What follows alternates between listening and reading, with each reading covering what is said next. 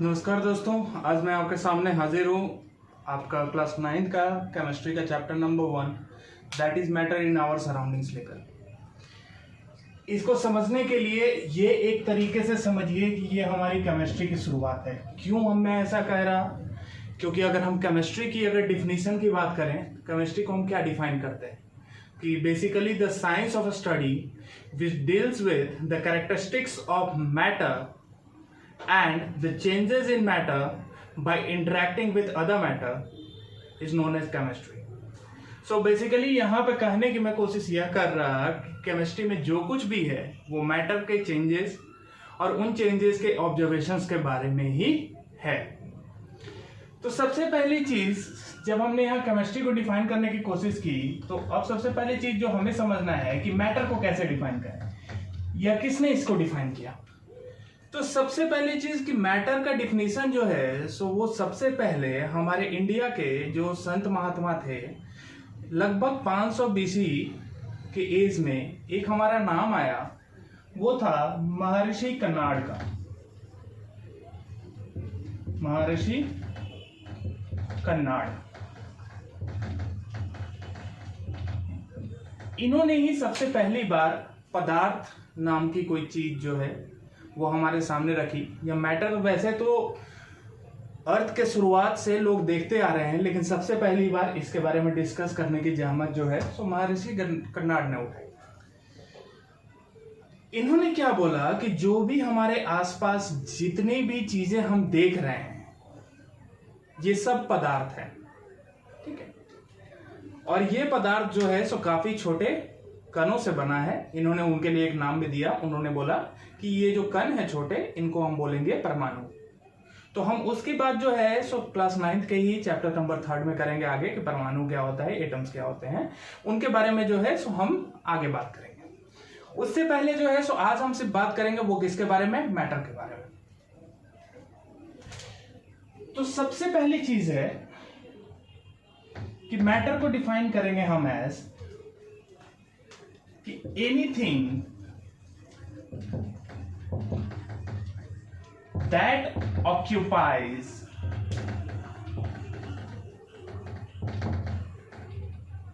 a space and have mass and can also offer some resistance is known as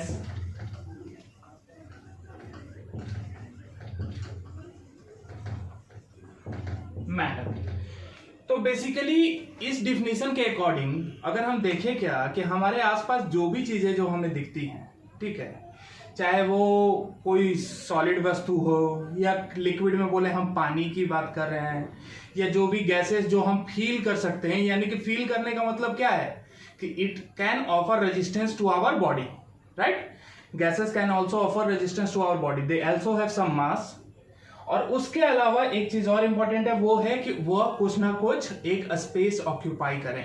space occupy करने का मतलब कि उनके पास कुछ ना कुछ अमाउंट ऑफ वॉल्यूम होना चाहिए। तो कोई भी चीज जिसके पास अपना मास हो वो कुछ ना कुछ वॉल्यूम ऑक्यूपाई करे और रेजिस्टेंस भी हमारे मूवमेंट को अगर ऑफर करे तो हम उसे क्या रिफर कर सकते हैं, एज मैटर। चलिए तो आगे बढ़ते हैं कि इस मैटर की कहानी को और आगे समझते हैं कि आखिर इस मैटर में ऐसा है क्या कि यह मासेस भी इसके अंदर है, यह स्पेस भी ऑक्यूपाई कर रहा है और ये रेजिस्टेंस भी ऑफर कर रहा है। तो सबसे पहली चीज जो कि महर्षि कन्नाड की ही बात से आई, जैसा मैंने अभी थोड़ी देर पहले बोला था कि उन्होंने यह भी बताया कि हमारा ये जो मैटर है वो परमाणु से बने हुए हैं, यानी कि परम जोड़ अणु, यानी सबसे जो छोटे जो पार्टिकल हैं उनको परमाणु कहते हैं हम। तो सबसे पहली बात यहाँ पे मैटर की यही आ जाती है कि मैटर जो है वो काफी टाइनी पार्टिकल्स का बना है। टाइनी पार्टिकल्स कहने का मतलब कि काफी छोटे पार्टिकल्स हैं, इतने पार्टिकल्स हैं कि जिनको हम इतने छोटे पार्टिकल्स हैं कि जिनको हम माइक्रोस्कोप से भी नहीं देख सकते। इन पार्टिकल्स का रेंज जो है वो 10 टू द पावर -9 मीटर से भी छोटा होता है। हमारा जो माइक्रोस्कोप है वो लगभग 10⁻⁻⁶ मीटर के रेंज के ही पार्टिकल्स को कैच कर पाता है। इस कारण से जो है तो हम मैटर के पार्टिकल्स को देख नहीं पाते। इसके बाद अगर हम बात करें तो सबसे पहली चीज हमने क्या जानी कि matter is made up of tiny particles.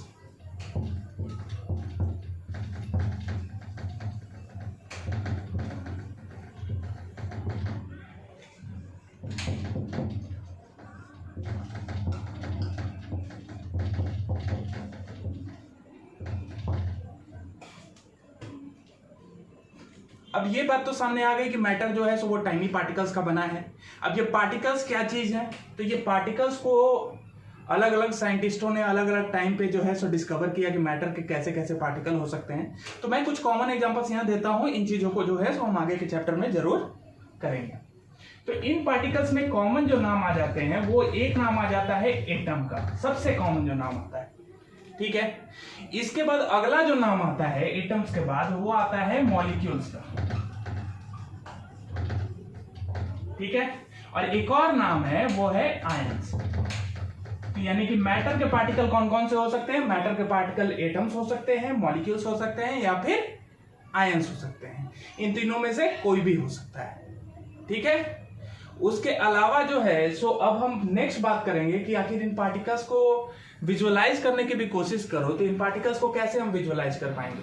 तो सिंपली इस तरीके से इसको पुटअप करो कि जो आप सैंड कैसल बनाते हो, सैंड कैसल मतलब जैसे बचपन में जो रेत से जो आप महल बनाते थे, तो उस महल को इमेजिन करो एज जस्ट एज मैटर, ठीक है। अब जैसे रेत का हर पार्टिकल उस कैसल को बनाने में कंट्रीब्यूट कर रहा है, उसी तरीके से मैटर का हर पार्टिकल जो है पूरे मैटर को तैयार करने में कंट्रीब्यूट करता है, ठीक है। अगली चीज जो कि हम डिस्कस करना चाहेंगे यहां पर मैटर के बारे में, अगली चीज जो हम लोग डिस्कस करना चाहेंगे वो है कि मैटर के ये जो पार्टिकल्स होते हैं ये आपस में एक्चुअली मैटर क्यों बनाते हैं, ये बिखर क्यों नहीं जाते, ये भी इस सवाल उठ सकता है। तो मैटर के पार्टिकल्स आपस में मैटर क्यों बने रहते हैं, बिखरते क्यों नहीं है, इसके पीछे का एक सबसे इंपॉर्टेंट रीजन है कि मैटर के पार्टिकल्स जो है सो इनका एक दूसरे से जुड़ाव होता है, यानी ये हमेशा एक दूसरे से कनेक्टेड होते हैं। कैसे कनेक्टेड होते हैं, बाय सम अट्रैक्टिव फोर्सेस, ठीक है। इन फोर्सेस को हम मान के चलते हैं या बोलते हैं हम लोग इंटरमॉलिक्यूलर फोर्सेस, इनको हम बोल देते हैं इंटरमॉलिक्यूलर फोर्सेस।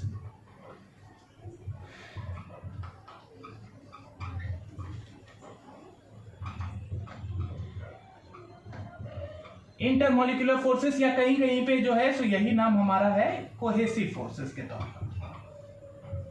तो इनको हम इंटरमॉलिक्यूलर फोर्सेस या कोहेसिव फोर्सेस के नाम से जान सकते हैं। अब ये तो पता चल गया, दो चीजें हमें मैटर के पार्टिकल्स के बारे में पता चल गई। पहला चीज कि मैटर के पार्टिकल्स जो या मैटर जो है वो हमारे काफी छोटे पार्टिकल से बने होते हैं, टाइनी पार्टिकल से बने होते हैं। दूसरी चीज ये पता चली कि इन टाइनी पार्टिकल्स का आपस में एक जुड़ाव होता है, that is known as intermolecular forces और कोहेसिव फोर्सेस। तीसरी चीज जो कि मैटर के बारे में हमें जाननी है कि इन particles of matter have a spaces between them,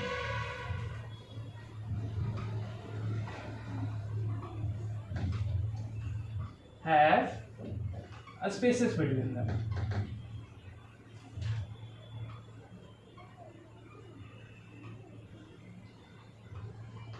अब ये चीज कैसे पता चली, ये चीज इस तरीके से पता चली कि अगर हम देखें क्या कि अगर हम गैसियस मीडियम से अगर पार हो पा रहे हैं, हमारे चारों तरफ जो है सो हमारा एटमॉस्फेयर है, हम इसमें इजिली ट्रैवल कर सकते हैं ना। ऐसा तो नहीं है ना कि एटमॉस्फेयर के अंदर स्पेस ही नहीं है, हम जा रहे हैं टकरा जा रहे हैं, ऐसा नहीं हो सकता। तो बेसिकली हम क्या देख रहे हैं कि पार्टिकल्स ऑफ मैटर जो है उनके बीच स्पेसेस है, स्पेसेस है तभी तो हम उनके आर पार जा पा रहे हैं। या फिर आप अगर एक स्विमर को देखिए जो कि तैराकी करता है, एक तैराक को देखिए, तो वह तैराक क्या करेगा कि वो पानी में इजिली जो है सो एक एंड से दूसरे एंड तक स्विमिंग करते हुए जा सकता है। तो ये कब पॉसिबल है, जब हमारा पानी के पार्टिकल्स के बीच कुछ ना कुछ स्पेसेस का प्रेजेंस हो। या फिर चलिए एक और एनसीईआरटी के एग्जांपल की बात करें तो उसमें भी एक हमारा इसी टाइप का एग्जांपल दिया है कि जैसे अगर हम शुगर को अगर वाटर के साथ सॉल्यूशन बनाते हैं तो उस कंडीशन में हम देखते हैं कि शुगर कंप्लीटली डिसअपीयर हो जाता है। तो वो कहाँ जाता है? तो ये माना जाता है कि शुगर जो है सो अपने काफी टाइनी साइज में चला जाता है, यानी कि वो 10⁻⁻9 मीटर से छोटा हो जाता है, और जो स्पेसेस है वाटर मॉलिक्यूल के बीच उनके बीच जाकर छुप जाता है। यही कारण है कि शुगर हमें दिखाई नहीं देता है, और पानी का जो वॉल्यूम है सॉल्यूशन बनने के बाद भी वॉल्यूम उतना का उतना ही रहता है। तो यहां से भी ये वेरीफाई हो जा रहा है कि हाँ, मैटर के पार्टिकल्स के बीच क्या है, स्पेसेस का प्रेजेंस है। चलिए अब अगली चीज जो हम डिस्कस करेंगे वो है कि पार्टिकल्स ऑफ मैटर के बीच सिर्फ स्पेसेस ही नहीं है, उसके अलावा भी और कुछ हरकतें ये दिखाता है। पार्टिकल्स ऑफ मैटर जो है वो स्थिर नहीं रहता कभी भी,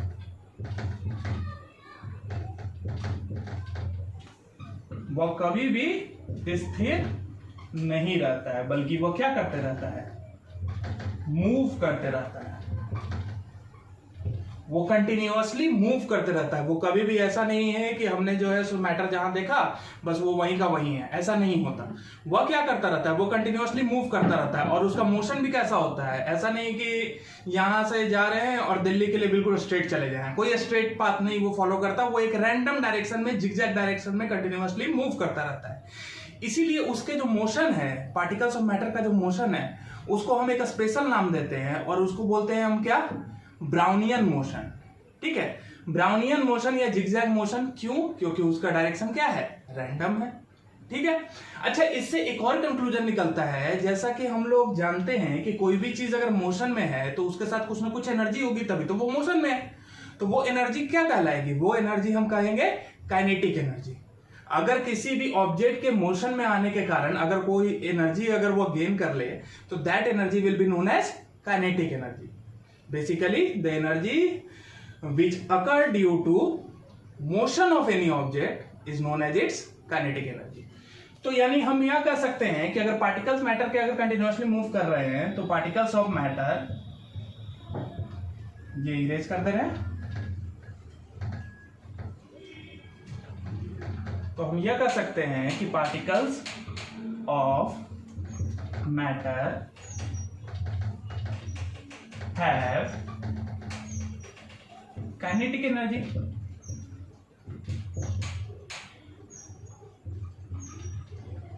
अब आप ये कह सकते हो कि सर इसको कैसे वेरीफाई करें कि हम इनके पास जो है सो काइनेटिक एनर्जी है। तो इसका वेरिफिकेशन करने का जो है तरीका बड़ा अच्छा है। जैसे एक एग्जांपल ले लीजिए कि अगर आपके घर में कुछ अच्छा पक रहा हो और आप किसी दूसरे रूम में हैं, तो क्या उस खाने की स्मेल आप तक पहुंचती है या नहीं पहुंचती है? तो वो कैसे पहुंच रही है? अगर, क्योंकि घर के अंदर आंधी तो आ नहीं रही है कि पार्टिकल्स जो है सो एक जगह से उड़ के दूसरे जगह आ गए। बेसिकली जो गैसियस पार्टिकल या जो अरोमा के जो पार्टिकल्स हैं, जो कि हमारा उस खाने से निकल रही है, वो पार्टिकल्स क्या कर रहा है, ब्राउनियन मोशन दिखा रहा है। और वो ब्राउनियन मोशन के कारण जो है सो रैंडम डायरेक्शन में घूमते हुए आपके नाक तक आ जाता है। क्लियर है? या उसके अलावा अगर आप एक कॉर्नर में कहीं पे भी इंसेंस स्टिक जलाते हो तो उसका स्मेल भी आपको कमरे के दूसरी तरफ, यानी अगरबत्ती जलाते हो तो उसका स्मेल भी आपको दूसरी तरफ आ जाता है। तो क्यों आ जाता है? क्योंकि particles of matter are continuously moving. तो यानी कि जो भी उसके धुएं के पार्टिकल्स है वो कंटिन्यूअसली मूव कर रहे होंगे, और वो मूव करने के कारण जो है सो आप तक रीच करता है। ये हो गया। या इसके अलावा हम जैसे एनसीईआरटी एग्जांपल्स की भी बात कर रहे हैं, तो एनसीईआरटी में भी हमारा एक बड़ा ही इंटरेस्टिंग एग्जांपल दिया हुआ है कि जैसे अगर हम अज्यूम करें कि हमारे पास एक बीकर है।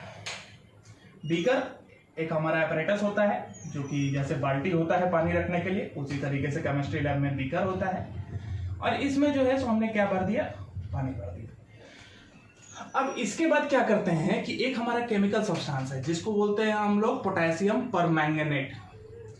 अब ये बड़ा ही अट्रैक्टिव केमिकल सब्सटेंस है। क्यों अट्रैक्टिव है? क्योंकि ये ब्राइट पर्पल कलर का होता है। मान लो कि हमने 2 ग्राम की एक छोटी सी टैबलेट साइज या एक छोटा सा स्फीयर पोटेशियम परमैंगनेट का इसके अंदर डाल दिया। अभी तक क्या है, वाटर कैसा होता है, कलरलेस है। पोटेशियम परमैंगनेट कैसा है, पर्पल है। वाटर जो है सो वो हमारा कैसा है, कलरलेस है, और पोटेशियम परमैंगनेट जो है सो वो कैसा है, हमारा पर्पल है। थोड़ी देर बाद हम क्या देखेंगे, हम इसको मिक्स नहीं कर रहे हैं, हम कोई स्टीयरिंग नहीं कर रहे हैं, कोई मैकेनिकल स्टीयरिंग नहीं कर रहे हैं, बाहर से हम इसको हिला नहीं रहे हैं। लेकिन थोड़ी देर बाद हम यह ऑब्जर्व करेंगे कि हमारा पूरा का पूरा जो वाटर है वो हमारा पर्पल कलर में कन्वर्ट हो गया है और ये जो है सो गायब हो जाता है, पोटेशियम परमैंगनेट का टैबलेट गायब हो जाता है। तो क्यों हो रहा है? हम तो बाहर से कुछ भी स्टीयरिंग नहीं कर रहे हैं। तो इसके पीछे का रीजन क्या है? वही हमारा काइनेटिक एनर्जी ऑफ पार्टिकल्स, कि पोटेशियम परमैंगनेट के जो पार्टिकल्स है वो कंटिन्यूअसली मूव करते हुए पूरे वाटर में डिस्ट्रीब्यूट हो जाएंगे। एक्सपेरिमेंट यहीं खत्म नहीं होता दोस्तों। जैसे ये बीकर है, हमने क्या किया, इतना ही पानी और ले लिया, ठीक है। अगेन ये पानी कैसा है? कलरलेस है। लेकिन अब हमने क्या किया कि इस बीकर में से 10 ml वाटर उठाकर हमने इस बीकर में डाल दिया, 10 ml। अब हम क्या देखते हैं कि ये भी पर्पल हो जा रहा है, थोड़ी देर बाद ये भी हमारा पर्पल हो जा रहा है। तो क्यों हो रहा है? क्योंकि इसके जो पार्टिकल्स थे वो अगेन यहाँ पे काइनेटिक एनर्जी के कारण उनको जितना, जैसे कोई भी अगर मनचला लड़का हो तो उसको जहां जगह मिलेगी वो वहां घूमेगा, तो उसी तरीके से जो पार्टिकल्स है वो तो रैंडम डायरेक्शन में मूव कर रहे हैं। तो रैंडम डायरेक्शन में मूव करने के कारण जो भी हम वाटर यहाँ अगेन डाल रहे हैं, जो कलर्ड वाटर डाल रहे हैं, वो अगेन क्या करेगा, अपने आप को पूरी तरीके से वाटर में डिस्ट्रीब्यूट करेगा और इसी डिस्ट्रीब्यूशन के कारण ये फिर से पर्पल हो रहा है। लेकिन हाँ, इसका कलर कंसंट्रेशन जो होगा इसके मुकाबले थोड़ा लाइटर होगा। अब इसी की तरह अगर हम अगले बीकर में फिर से वाटर लें, अगेन इस बीकर का वाटर उठा के वहां दें, तो हल्का लाइटर पर्पल, लेकिन वो भी पूरी तरीके से पर्पल कलर हो जाएगा। तो इस 4 चीजें अभी तक हमने सीखी, फिर से एक बार मैं आपको क्विकली रिवाइज कर दूं। पहला, matter are made up of tiny particles. Second, matter, the particles of matter have attractive forces between them. Third, particles of matter have spaces between them. And fourth, that particles of matter are continuously moving. तो ये तो बात हो गई कि matter की कथा कहानी, कि मैटर कहते किसको हैं, बना किस चीज से है और जिस चीज से बना है उसका बिहेवियर कैसा है। अब हम आगे बात करते हैं कि मैटर को हम क्लासिफाई कैसे करें, क्योंकि जैसे देखो, हम यहां तो हमने एक ब्रॉड एंड पूरा ग्रुप कर लिया कि जितनी भी चीजें जो हमें दिख रही हैं, जो कि भारी है, जिसका वॉल्यूम है, वो मैटर कहलाएगा। लेकिन क्या सारा मैटर एक ही जैसा है? ऐसा तो नहीं ना है कि हवा पानी बराबर तो नहीं हो सकती है। तो मैटर भी क्या है हमारा, डिफरेंट टाइप का है। तो हम इस मैटर को डिफाइन किस तरीके से करें?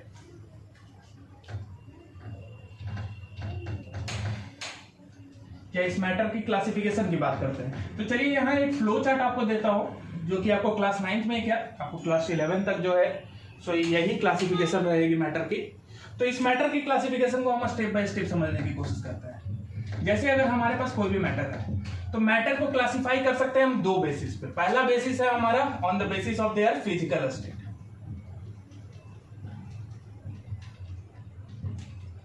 Second, on the basis of their chemical properties.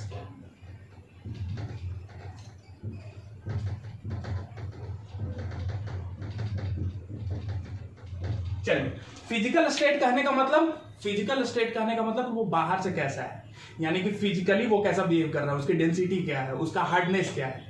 हम इन्हीं सब, जैसे अगर किसी आदमी को ये आपको पहचान करनी है तो पहले आप देखोगे कि वो बाहर से कैसा है, फिर देखोगे आप कि उसका अंदर नेचर वाइज कैसा है, राइट। तो यही है हमारा फिजिकल स्टेट और केमिकल प्रॉपर्टी। फिजिकल स्टेट मतलब बाहरी अपीयरेंस, केमिकल प्रॉपर्टीज मतलब उसका अंदर से बिहेवियर या नेचर किसी भी मैटर का कैसा है, हम उसके आधार पर उसको बांटेंगे।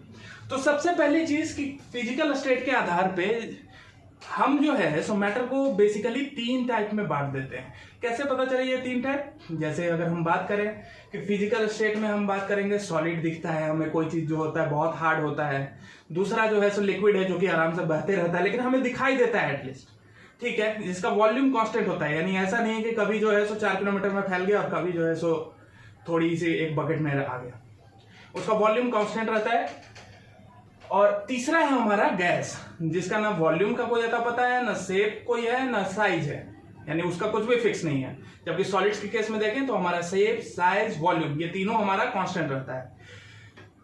लिक्विड के केस में देखें तो शेप कांस्टेंट नहीं रहता, उसको जिस कंटेनर में रखो उस कंटेनर का वो शेप ले लेता है। साइज भी हमारा जो है, लेकिन साइज और वॉल्यूम हम कह सकते हैं कि कांस्टेंट है लिक्विड का। और गैसेस की बात कर लें तो गैसेस का ना शेप कांस्टेंट रहता है, ना साइज कांस्टेंट रहता है और ना ही वॉल्यूम। तो फिजिकल स्टेट पे हमने कितने कैटेगरीज में डिवाइड कर दिया? 3 कैटेगरीज में। क्या क्या है वो हमारे पास? पहला है सॉलिड, दूसरा है लिक्विड और तीसरा है गैस, ठीक है। हमने 3 कैटेगरी में जो है सो डिवाइड कर दिया, सॉलिड, लिक्विड और गैस। सॉलिड को भी फर्दर क्लासिफाई हम करते हैं सीनियर क्लासेस, जैसे क्लास 12 में जब आप जाओगे तो सॉलिड को जो है सो 2 टाइप में क्लासिफाई करोगे। एक बोलोगे आप क्रिस्टलाइन सॉलिड, तो दूसरा बोलोगे एमोर्फस सॉलिड।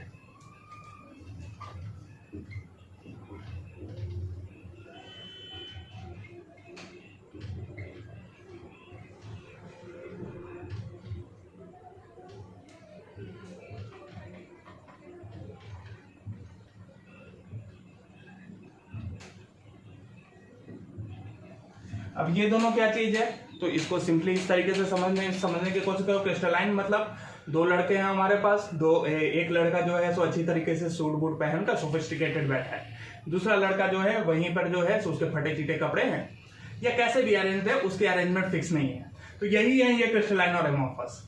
कहने का मतलब कि जो वेल डिफाइंड हमारा जो सॉलिड हो, वेल डिफाइंड सॉलिड मतलब बिल्कुल एकदम पार्टिकल का साइज फिक्स है, पार्टिकल कहाँ पे रहेगा वो फिक्स है, पार्टिकल्स के अरेंजमेंट वो एक रेगुलर अरेंजमेंट दिखाता है, तो वो हमारा कहला जाएगा क्रिस्टलाइन सॉलिड। और वैसे सॉलिड जिसमें पार्टिकल्स जो है जैसे जैसे एक बड़ा पार्टिकल फिर छोटा छोटा छोटा, यानी कोई भी डिफाइंड अरेंजमेंट नहीं है, तो वैसे जो सॉलिड्स होंगे उनको हम क्या कह देंगे, एमोर्फस सॉलिड। जो हमारे वेल डिफाइंड है उसको हम कह देंगे क्रिस्टलाइन सॉलिड। इनके बारे में जो है सो आगे सीनियर क्लासेस में हम लोग को पढ़ना है, उसके बारे में भी मैं वीडियोस बनाऊंगा, जरूर देखिए। चलिए केमिकल प्रॉपर्टीज की बात करें तो केमिकल प्रॉपर्टीज के आधार पे जो है सो 2 पार्ट में डिवाइड करते हैं, प्योर और इम्प्योर। अब पहली चीज है कि जैसे मैंने पहले ही बोला कि आप किसी भी आदमी को समझोगे तो कैसे समझोगे, उसके बाहरी अपीयरेंस से और उसके अंदर के नेचर से। तब उसके अंदर के नेचर में पहले क्या देखोगे कि वो प्योर है या इम्प्योर है, यानी कि वह हमारा बिल्कुल एक ही तरीके के पार्टिकल से बना है या फिर मल्टीपल पार्टिकल्स का मिक्सचर है। एक ही तरीके के पार्टिकल्स से बना है या मल्टीपल पार्टिकल का मिक्सचर है। तो जो हमारे सेम टाइप के पार्टिकल से बने होते हैं, यानी एक एग्जांपल ले लेते हैं कि अगर हम ऑक्सीजन गैस उठा के रखें, तो ऑक्सीजन गैस उठाएं तो क्या होगा कि सिर्फ ऑक्सीजन गैस उठाना है, एयर नहीं। ऑक्सीजन गैस अगर हम उठाएं तो देखेंगे कि उसका हर पार्टिकल जो है ऑक्सीजन का एक मॉलिक्यूल है, ठीक है। लेकिन वहीं पे अगर हम एयर उठा रहे हैं तो हम क्या देखते हैं कि ऑक्सीजन भी है, नाइट्रोजन भी है, कार्बन डाइऑक्साइड भी है, डस्ट भी है, हमारा वाटर वेपर भी है, नोबल गैसेस हीलियम नियॉन वगैरह भी है। तो ये क्या हो गया, ये खिचड़ी पक गई सारे गैसेस की, तो उसको हम कभी भी प्योर नहीं कर सकते। प्योर गैसेस किसको कहेंगे, जो कि हमारा जिसके सारे पार्टिकल्स सेम तरीके के, ठीक है। तो बेसिकली प्योर मैटर हम उसको कहते हैं जिसके सारे पार्टिकल्स सेम तरीके के हो, which are made up of similar particles। अगर इसको डिफाइन करने को बोला जाए तो क्या कहेंगे हम, the type of matter which are made up of similar particles are known as pure matter। वही हम impure को क्या डिफाइन करेंगे, that the type of matter which is made up of different type of particles is known as impure matter। Clear. अब ये जो pure matter है इसको भी फर्दर हम क्लासिफाई कर सकते हैं 2 कैटेगरी में। एक हम बोलते हैं एलिमेंट, दूसरा हम बोलते हैं कंपाउंड। इम्प्योर मैटर को भी हम 2 कैटेगरी में बांटते हैं। पहले हम बोलते हैं होमोजीनियस और दूसरे को बोलेंगे हम हेट्रोजीनियस।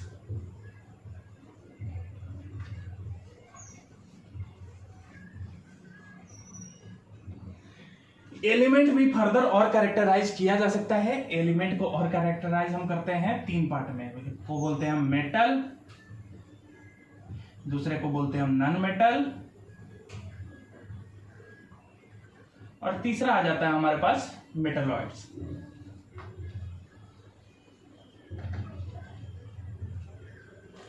तो ये है हमारा पूरा क्लासिफिकेशन किसका, मैटर का। शायद जो है सो मेटलॉइड्स आपको थोड़ा सा देखने में दिक्कत हो रही होगी, तो इसके लिए मैं थोड़ा एडजस्ट कर दे रहा हूँ, ठीक है।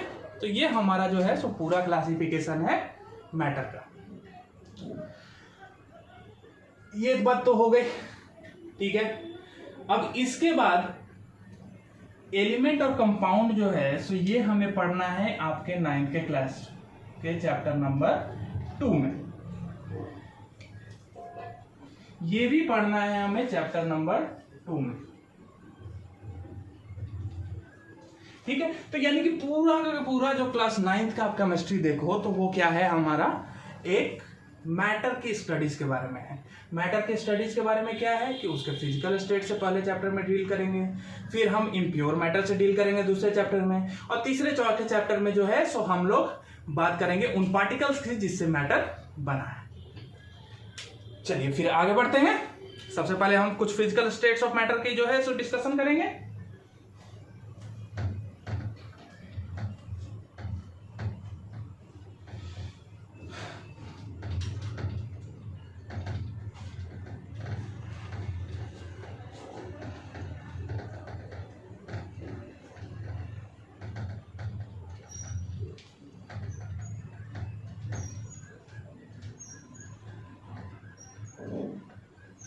चलिए फिजिकल स्टेट ऑफ मैटर के आधार पर हमने कितने पार्ट में डिवाइड किया था मैटर को? 3 पार्ट में। कौन कौन सा? Solid, liquid, gas. हम एक एक करके तीनों को देखते हैं, या फिर सिंपली हम क्या करते हैं तीनों का कंपैरिजन कर देते हैं। कैसे कंपेयर करेंगे? Chart by chart tabular form में, ठीक है। उससे आपको जो है सो क्लियर हो जाना चाहिए किसे हम सॉलिड कहेंगे, किसे लिक्विड कहेंगे और किसे गैस कहेंगे।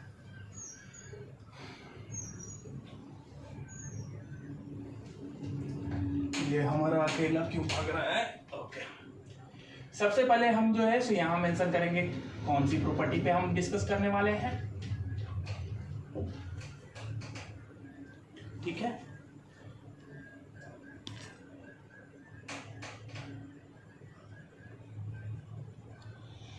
सेकंड हम बात करेंगे इस प्रॉपर्टी के ऊपर हम सॉलिड को कैसे जज करेंगे।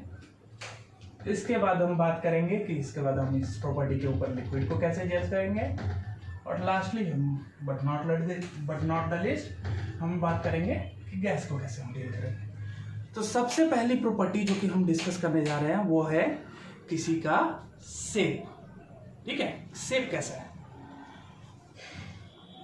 तो शेप कैसा होता है सॉलिड का, ये आप लोग अपने पर्सनल एक्सपीरियंस से बताएं। शेप क्या चेंज करता रहता है? ऐसा तो नहीं ना है कि मैं सॉलिड हूं तो मैं बन के ऋतिक रोशन बन जाऊंगा, ऐसा नहीं हो सकता। तो बेसिकली शेप सॉलिड का हमेशा कैसा होता है? फिक्स्ड, ठीक है। वहीं लिक्विड की बात करें तो लिक्विड का क्या कोई शेप होता है परफेक्ट? नहीं, कोई भी शेप नहीं होता। उसको तो बाल्टी के आकार में डालोगे वो बाल्टी का आकार ले लेगा, ग्लास के आकार में डालोगे तो वो ग्लास का शेप ले लेगा, राइट। तो इस कारण से लिक्विड का शेप कभी भी फिक्स्ड नहीं होता। तो हम यहां लिख देंगे क्या? Not fixed. वहीं गैसेस के लिए भी, गैसेस का तो शेप दिखाई ही नहीं देता, तो उसके लिए भी हम नॉट फिक्स देख लेते हैं। चलिए सेकेंड प्रॉपर्टी जिससे हम डील करेंगे वो है शेप। सेकेंड प्रॉपर्टी हम डील करेंगे वो है साइज। साइज का मतलब क्या है कि वो कितना स्पेस ऑक्यूपाई कर रहा है, या हम डायरेक्टली इसको लिख देते हैं वॉल्यूम।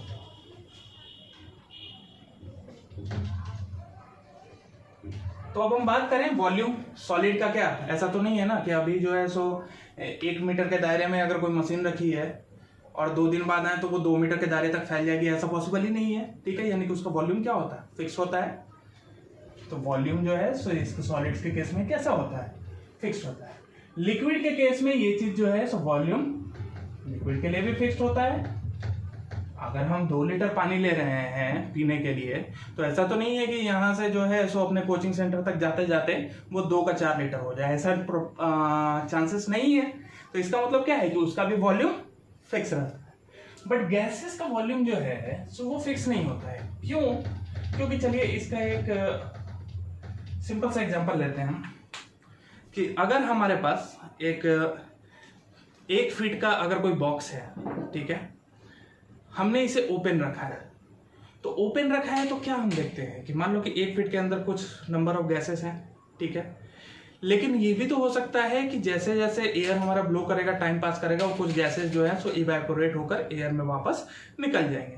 तो उस कंडीशन में क्या वो जो बॉक्स का वॉल्यूम था वो कंप्लीटली अभी भी फील्ड है गैसेस से? नहीं, यानी कि उसका वॉल्यूम जो है वो क्या हो रहा है? चेंज हो रहा है। जितना अमाउंट निकल गया उसका वॉल्यूम घट जाएगा टोटल वॉल्यूम में से, ठीक है। तो गैसेस का वॉल्यूम फिक्स नहीं होता है। नेक्स्ट हम बात कर रहे हैं वो है इंटरमॉलिक्यूलर फोर्स, जो कि अभी मैंने बताया एक लगाव होता है इनके बीच।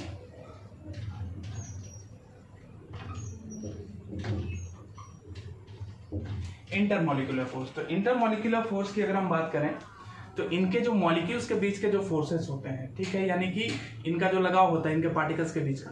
अब सीधी सी बात है, ये तो हमें सीधे सीधे पता चल रहा है ना कि जो हमारा जिसका वॉल्यूम फिक्स है, शेप भी फिक्स है, इसका मतलब कि उसके पार्टिकल्स भी बिल्कुल अपनी जगह पे टिके हुए होंगे, अपनी जगह छोड़ नहीं रहे होंगे, तभी तो उनका वॉल्यूम और शेप फिक्स रह रहा है। तो हम कह सकते हैं कि intermolecular force is maximum in the case of solid, very strong. यानी इंटरमॉलिक्यूलर फोर्स क्या है, बहुत मजबूत है, अंबुजा सीमेंट की तरह। इसी कारण से जो है तो इनका ना शेप चेंज हो रहा है, ना ही वॉल्यूम में कोई चेंज आ रहा है। वहीं पे अगर हम बात करें लिक्विड की, तो लिक्विड का जो है सो वॉल्यूम तो फिक्स है, बट क्या शेप भी फिक्स है? नहीं।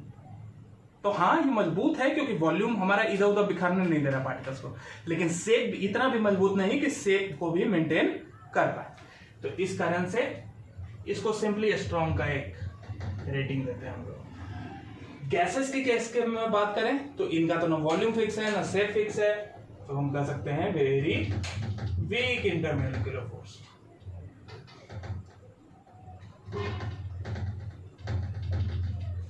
चलिए, ये तो बात हो गई हमारा इंटरमॉलिक्यूलर फोर्स की, ठीक है। सॉलिड्स के केस में सबसे स्ट्रांग होगा, लिक्विड में सिर्फ स्ट्रांग बोल देते हैं, और हमारा गैसेस के केस में काफी वीक होता है। अगली बात करें हम, वो है इनकी काइनेटिक एनर्जी की। अब ये काइनेटिक एनर्जी क्या बोला है, शुरू में ही आपको बताया था कि किसी भी चीज का अगर मोशन होगा, कोई भी चीज अगर हमारा मोशन में होगा तो उसके पास एक एनर्जी होगी, उस एनर्जी को हमने नाम क्या दे दिया, काइनेटिक एनर्जी, ठीक है। तो काइनेटिक एनर्जी देखिए कि सॉलिड्स के केस में अगर काइनेटिक एनर्जी ज्यादा होगी यानी पार्टिकल्स का मोशन भी ज्यादा होगा, और पार्टिकल्स का मोशन अगर ज्यादा होगा तो वो कभी भी अपना शेप और वॉल्यूम फिक्स नहीं रख पाएगा। तो देयरफॉर जो काइनेटिक एनर्जी है सॉलिड्स का, वो क्या होता है, काफी कम होता है, यानी कि वो ज्यादा मोशन नहीं दिखाता। लेकिन मैटर है तो मोशन थोड़ा बहुत तो दिखाना पड़ेगा ना। तो उसका मोशन कितना होता है, ये ऐसे समझिए कि मान लीजिए कि ये हमारे सॉलिड के पार्टिकल्स हैं, ये इनका एक एवरेज पोजीशन है, तो ये अपने एवरेज पोजीशन से थोड़ा सा इधर थोड़ा इधर, बस इतना ही जाने के लिए परमिसिबल है। यानी कि ये सिंपली क्या करते हैं, वाइब्रेशंस करते हैं, अपने मीन पोजीशंस के अराउंड ऑसिलेट करते हैं और वाइब्रेशन करते हैं। क्लियर? तो यहां पे जो है सो काइनेटिक एनर्जी के पास हम लिख देते हैं वेरी लो। थोड़ा सा एक्सप्लेनेशन भी यहां दे देते हैं, दे ऑसिलेट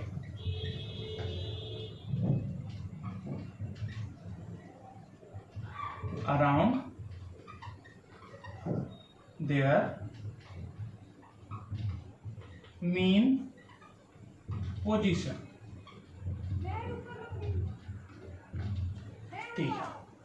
लिक्विड्स की बात करें, ये तो फ्लो कर सकता है, फ्लूइडिटी है इनके अंदर, तो अगर फ्लो कर सकता है तो इसका मतलब काइनेटिक एनर्जी है, नॉर्मल काइनेटिक एनर्जी है, यानी कि हम कह सकते हैं more than solid.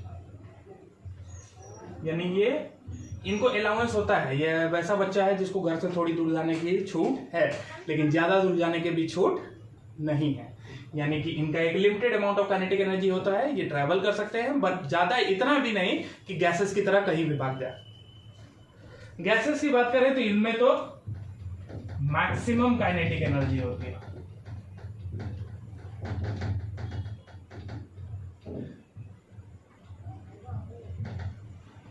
Maximum kinetic energy का मतलब कि इनको कहीं भी जाने की छूट है, इनको कोई भी रोक टोक नहीं है, ये अपना मोशन फ्री मैनर में करते हैं, ठीक है। तो ये बात हो गई। और भी कुछ पॉइंट्स है जिसके ऊपर जो है सो हम लोग डिस्कस कर सकते हैं, वो है पहला है डेंसिटी। अब ये डेंसिटी क्या बोला है, डेंसिटी किसको कहते हैं, तो डेंसिटी एक क्वांटिटी है जो कि हमारा बताता है कि कोई भी मैटर हमारा कितना क्लोजली पैक्ड है, ठीक है। इसको डिफाइन कैसे करते हैं, तो मास पर यूनिट वॉल्यूम, यानी कि एक यूनिट वॉल्यूम, एक हमारा 1 क्यूबिक मीटर का अगर या 1 क्यूबिक सेंटीमीटर का एक बॉक्स है, उसमें कितना ज्यादा किसी मैटर को रखा जा सकता है, इसके ऊपर डिपेंड करेगा कि उसकी डेंसिटी कितनी ज्यादा होगी। तो सबसे क्लोजली पैक्ड होता है हमारा सॉलिड, तो डेंसिटी सबसे हाईएस्ट कितना होगी, किसकी होगी, सॉलिड की, तो इसमें हाईएस्ट डेंसिटी। लिक्विड के लिए ओनली हाई, और इनकी डेंसिटी वेरी लो। और भी फैक्टर्स है जिनके ऊपर हम लोग डिफरेंशिएट कर सकते हैं। चलिए शेप वाला जो है सो ऊपर से थोड़ा बहुत मिटा देते हैं, जगह की कमी हो रही है।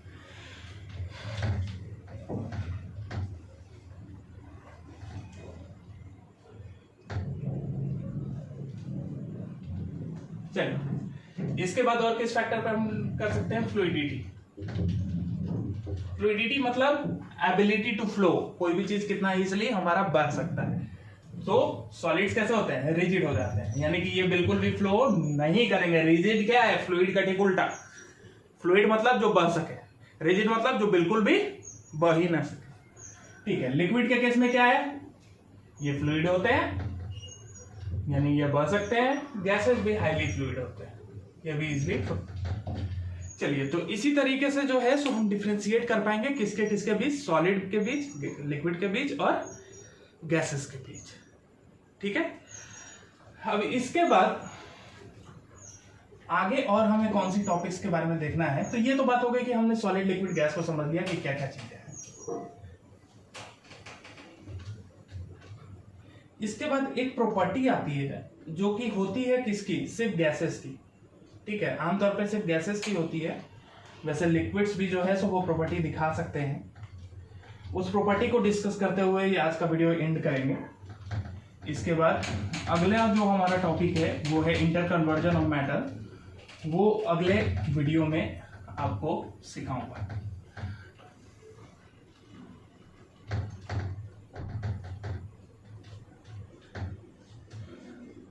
तो नेक्स्ट जो प्रॉपर्टी जो गैसेस की जो मैं डिस्कस करने वाला हूं वो है, एक टर्म है जिसको हम बोलते हैं डिफ्यूजन। डिफ्यूजन क्या कहलाता है? डिफ्यूजन बेसिकली डिफ्यूज होने का मतलब है कि जैसे अब हमने बात की कि particles of matter have their own kinetic energy. तो अगर मैटर के पार्टिकल्स की अपनी खुद की काइनेटिक एनर्जी है, इसका मतलब क्या है कि वो एक जगह से दूसरी जगह तक ट्रैवल कर सकता है। अब ये ट्रैवलिंग भी कैसे करता है? हमें कोई एक्सटर्नल मीडिया देनी नहीं है, कोई एक्सटर्नल स्टीयरिंग नहीं देनी है, तो ये ट्रैवलिंग कैसे करेगा? ये ट्रैवलिंग करता है खुद से, due to their own kinetic energy. तो डिफ्यूजन कहने का मतलब है कि अगर कोई भी दो मैटर है, मान लो कि इधर एयर है, इधर कोई एक बहुत बुरा स्मेल करने वाला गैस है। अब ये पार्टिकल्स आपस में जैसे ही कांटेक्ट में आते हैं, अब ये पार्टिकल्स अगर कांटेक्ट में आएंगे तो ऐसा तो नहीं है कि ये पार्टिकल्स कांटेक्ट में आने के बाद कोई एक्शन ना करें।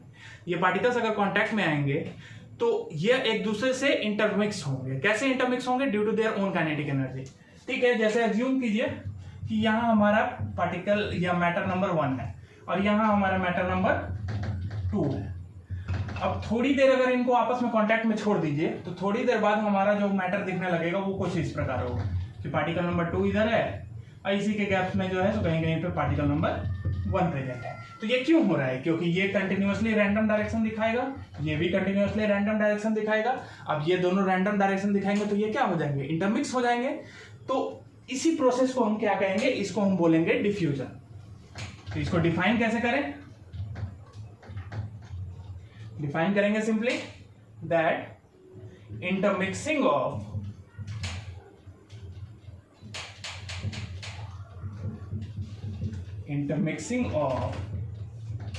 two or more matter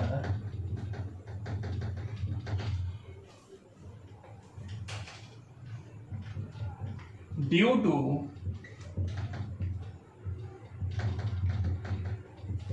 their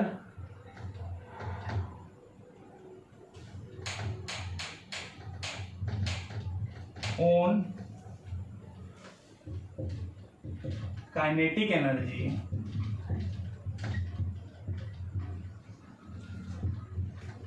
is known as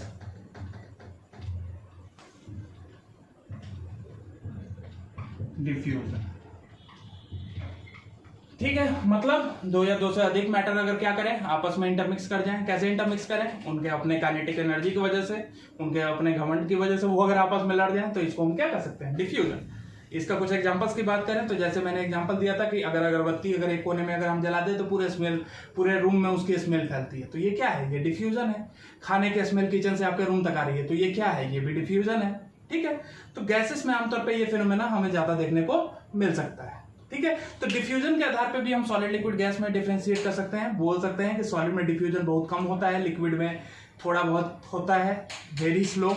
और वहीं पे हम गैसेस की बात करें तो गैसेस में डिफ्यूजन वेरी हाई होता है, यानी बहुत इजीली जो है, क्योंकि काइनेटिक एनर्जी उनकी सबसे ज्यादा है तो सबसे तेजी से वही इंटरमिक्स एक दूसरे से होते हैं। तो ये हमारा डिफ्यूजन है। तो आज के लिए जो है सो हमारा part 1 matter in our surroundings का यहीं पे मैं ख़त्म करता हूँ। यह हमारा सिर्फ पार्ट 1 था। अभी भी हमारा एक पार्ट जो है सो मैटर इन आवर सराउंडिंग्स का बचा हुआ है, जो कि इसी सीरीज में मैं आगे कंटिन्यू करूँगा। तो वह इससे भी ज़्यादा इंटरेस्टिंग होने वाला है, क्योंकि वहाँ हम बात करेंगे कि सॉलिड लिक्विड गैस आपस में एक दूसरे का रूप कैसे ले सकते हैं, कैसे इंटरमिक्स हो सकते हैं या कैसे इंटरचेंज कर सकते हैं। उसके अलावा एक हमारा कॉमन डाउट 9th क्लास के बच्चों के बीच रहता है, वो है कि सर ये लैटेंट हीट क्या भला है। उसके बारे में भी डिस्कशन हम लोग अगले पार्ट में करेंगे। तो अगले पार्ट के लिए चैनल को सब्सक्राइब करिए, इसको अपने दोस्तों के बीच शेयर कीजिए, ताकि ज़्यादा से ज़्यादा लोग जो है सो इस क्लास का फ़ायदा उठा सकें। और वीडियो को लाइक कर दीजिएगा तो हमें भी प्रोत्साहन मिलती रहेगी, ठीक है। और बने रहिए हमारे चैनल पर। Thank you.